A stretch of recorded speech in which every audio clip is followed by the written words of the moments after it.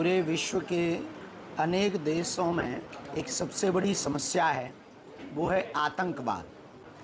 आतंकवाद विश्व के अनेक देशों के लिए सबसे ज़्यादा खतरा, सबसे ज़्यादा नासूर बना हुआ था। हमको लगता है भारत के प्रतिनिधित्व में, भारत के सिंह, भारत की I proud of you Indian army, Bharat की आर्मी के द्वारा निश्चित रूप से बहुत ही जल्दी जो पाकिस्तान के अंदर पल रहे बढ़ रहे सपेरे हैं आतंकवाद के रूप में, वो उनका नामो निशान मिटेगा। और पूरे विश्व में जहाँ जहाँ आतंकवाद के ठिकाने हैं, हमें भरोसा है भारत की आर्मी उन सब पर कार्रवाई करके उन सबको ज़मीन से ख़त्म करेगी निश्चित रूप से। और जो 26 नृशंस लोगों की पहलगाम में हत्या हुई थी, नाम पूछ कर के जिन दुष्ट आतंकवादियों ने हमारे भारत के अनेक लोगों के सिंदूर को उजाड़ा था, आज भारत ने अपने बल का सदुपयोग करते हुए, भारतीय आर्मी ने गोला बारूद का सदुपयोग करते हुए उस सिंदूर का जवाब सिंदूर ऑपरेशन के तहत दिया, जिसमें भारत की शेरनियाँ, हमारी बेटियाँ प्रतिनिधित्व कर रही थीं। और ये उनके लिए जवाब है। हमें तो इस बात से हंसी आ रही है कि ये तो सिंदूर है, अभी मंगलसूत्र बाकी है, तो पाकिस्तान का क्या हाल होगा। तो निश्चित रूप से भारतीय आर्मी इसके लिए धन्यवाद के पात्र है।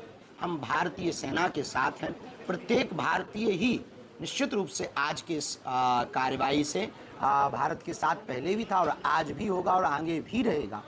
जो भारत के इस प्रकार के कार्यों के साथ नहीं है, वो भारत का नहीं है, वो देश का गद्दार है। और हमें लगता है कि एक रॉकेट इन देश के गद्दारों पर भी छोड़नी चाहिए। एक बहुत बड़ा संपन्न भी है, सैन्य संपन्न भी है और शस्त्र संपन्न भी भारत है। भारत सभी प्रकार से पूर्ण रूप से परिपक्व है। अगर इस प्रकार की गतिविधि बनती है, युद्ध की स्थिति बनती है, तो निश्चित रूप से भारत की विजय श्री निश्चित है, इसमें किंचित मात्र भी संदेह नहीं है। पर हम यही कहना चाहेंगे कि आप अगर कार्रवाई करोगे तो जवाबी कार्रवाई भारत की तरफ से पुरजोर तरीके से दी जाएगी, क्योंकि वर्तमान में साधन संपन्न भारत है, ये पिछड़ा या विछड़ा भारत नहीं है।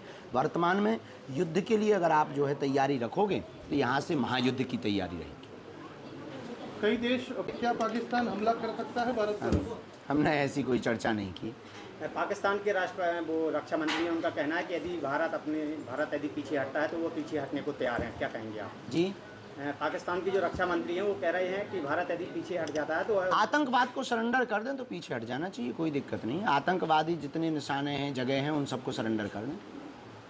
सीमा पर लगातार पाकिस्तान की तरफ से भी गोलीबारी हो रही है। सुबह से अभी तक 7 लोग मारे जा चुके, भारतीय नागरिक हैं वो। और आप क्या कहना चाहेंगे, भारतीय नागरिकों के लिए युद्ध होता है तो क्या है, वो पूरी तरह से पाकिस्तान का विरोध कर रहे हैं। भारत में रहने वाले मुसलमानों के लिए आपका क्या समझ है? बहुत अच्छा। देखिए, आप पहली बात तो आप ये समझ लीजिए कि आप मुसलमान होना एक अलग बात है, लेकिन राष्ट्रीय होना एक अलग बात है।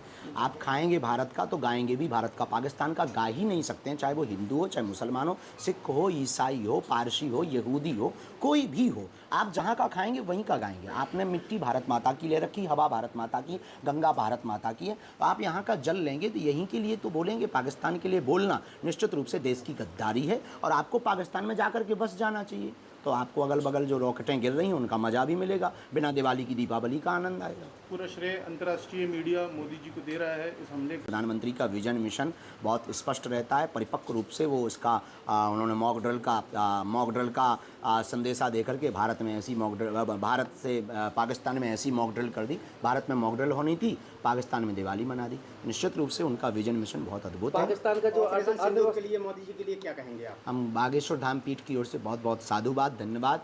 और निश्चित रूप से जो उन्होंने कार्य किया है सराहनीय है, पर हम चाहते हैं कि भारत और सुरक्षित हो, संरक्षित हो और सैन्य संपन्न हो, ताकि पहलगाम वाली घटना दोबारा ना हो, ऐसी हम भगवान से प्रार्थना करते हैं। मोदी जी ने मारे गए इसमें मौलाना मसूद अजहर, जो पहले कोई ना कोई रोने वाला भी तो चाहिए। वो धमकी दे रहा भारत को, वो बदला लूंगा है मौलाना धमकी दे रहा। अब जब 26 पहलगाम का हम बदला ऐसा लिया है तो वो विचार कर ले कि वो अगर जो है खो देगा तो अपन जो है नदियाँ बहाएंगे। एक चीज़ और कह रहा है कि उसके घर के 10 सदस्य मारे गए हैं और भी मर जाता तो अच्छा होता, ऐसा भी कह रहा है वो। नहीं, वो ठीक कह रहा है, लेकिन रोने के लिए हमें छोड़ना भी तो जरूरी था। कोई ना कोई रोने के लिए अपनी आंखों से कम वो देख तो पाता कि कार्रवाई क्या होती है। किसी दूसरे का जब आप घर उजाड़ते हो, आप आतंकवादी बनकर के किसी के घर को उजाड़ते हो, किसी के सिंदूर को उजाड़ते हो, किसी की भाई की कलाई को सूनी करते हो, किसी की बहन के राखी का रक्षाबंधन का धागा ऐसे ही रखा रहता है, जब उसको आप इस प्रकार से परेशान त्रस्त करते हो, उनकी आत्मा को ठेस पहुंचाते हो, तब तुम्हारी आत्मा को कैसा लगा होगा ये उसको महसूस करने दीजिए। ये भारत की आर्मी ने बहुत ठीक किया है। हम भारत सरकार को, भारतीय आर्मी को, यशस्वी माननीय प्रधानमंत्री जी को लाखों बार धन्यवाद दे रहे हैं बागेश्वर धाम पीठ की ओर से। ठीक हुआ, भला हुआ। पाकिस्तान को यही सबक है, छेड़ोगे तो छोड़ेंगे नहीं। रशिया भारत के सपोर्ट में है और कुछ मुस्लिम देश हैं जैसे तुर्की, अजरबैजान, वो पाकिस्तान के सपोर्ट में बात कर रहे हैं। आप इस बारे में क्या कहेंगे? इन देशों को किसका साथ देना चाहिए? देखिए, सात अंतर्राष्ट्रीय स्तर पर जो मानक होते हैं, अंतर्राष्ट्रीय स्तर की जो नियमावली होती हैं वो अपने हिसाब से होती हैं, लेकिन सबसे बड़ी बात है कि आतंकवाद के पक्ष में हमें नहीं लगता कि कोई देश होगा। ये लड़ाई पाकिस्तान के खिलाफ नहीं है, ये लड़ाई आतंकवाद के खिलाफ है।